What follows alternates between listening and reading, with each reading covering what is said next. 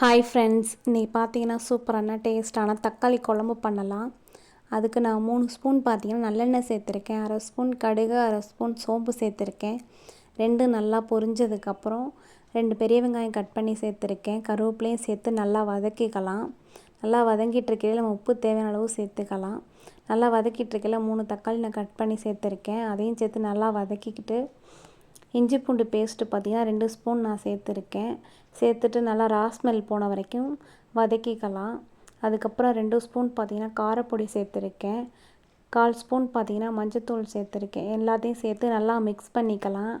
நல்லா மிக்ஸ் பண்ணதுக்கப்புறம் பார்த்திங்கன்னா 1/2 கிளாஸ் தண்ணி விட்டு கொஞ்சம் வேக விடுவோம் ஸ்மெல் போகிற வரைக்கும்.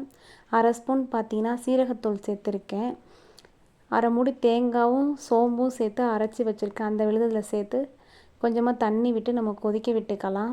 1/2 ஸ்பூன் பார்த்திங்கன்னா கரம் மசாலா சேர்த்துருக்கேன். லாஸ்ட்டாக மல்லித்தழை தூவி இறக்கிக்கலாம்.